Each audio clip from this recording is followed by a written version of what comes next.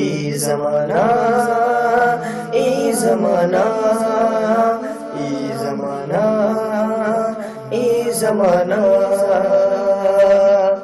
خبروں کی وادی کے کشمیر کا رنگ، خبروں کی وادی کے کشمیر کا رنگ بتاتا ہے جس میں وہ ہے زمانہ، ای زمانہ ای زمانہ ای زمانہ ای زمانہ۔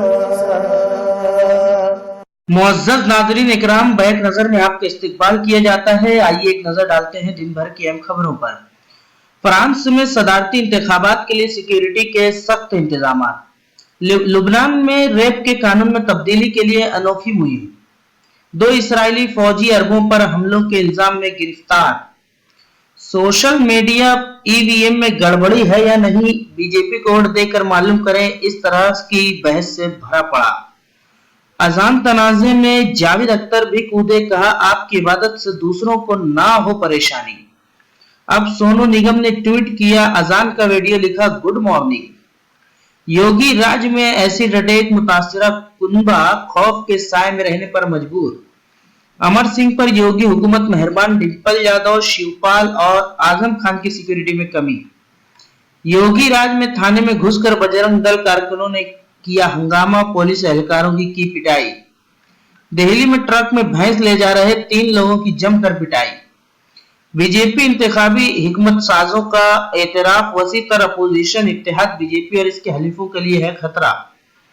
الیکشن کمیشن نے کیا 16,15,000 وی وی پی اے ٹی مشینیں خریدنے کا عمل شروع۔ اذان تنازع پر سیف علی خان نے کہا بطور اقلیت آپ کو اپنی موجودگی کا احساس دلانا پڑتا ہے۔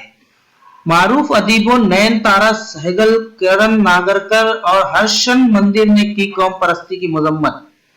ریاستوں اور وزرائے اعلیٰ کے تعاون سے ہی نئے ہندوستان کا خواب پورا ہو سکتا ہے، ایسا وزیر اعظم مودی نے کہا ہے۔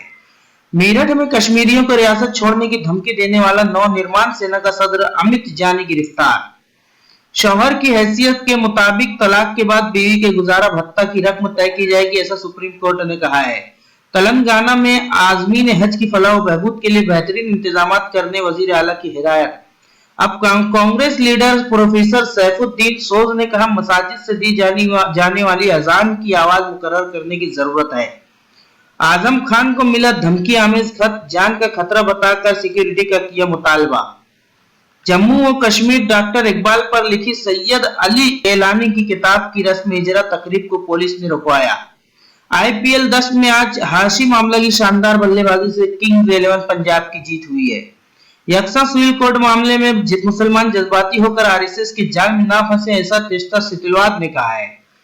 صومالیہ کے پنٹ لینڈ علاقے میں بم دھماکے میں 6 فوجی ہلاک۔ روسی رکن پارلیمنٹ کے بیٹے کو سائبر جرم میں امریکہ میں 27 سال کی جیل۔ 3 طلاق کی باریکیاں سمجھ جانے، سوشل میڈیا پر آئے گا مسلم پرسنل لا بورڈ۔ تمل ناڈو کے کسانوں نے 25 مئی تک بھوک ہڑتال کی ملتوی۔